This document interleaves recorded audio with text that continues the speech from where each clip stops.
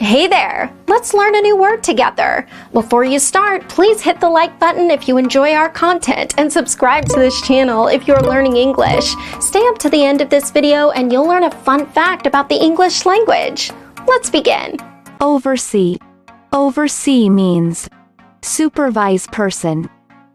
For example, a trustee appointed to oversee Corey's finances.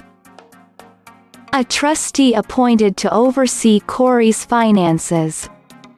Synonyms: supervise, superintend, be in charge of.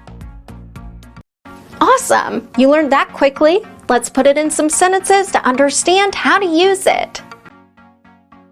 The first exempli. The project was overseen by the ambassador's own staff, it added. Now, repeat after me. The project was overseen by the ambassador's own staff, it added. The second exempli. New staff brought into the chief executive's office will oversee the project. Now, repeat after me. New staff brought into the chief executive's office will oversee the project. The third exempli. The educators were asked if they were willing to continue overseeing the students. Now, repeat after me.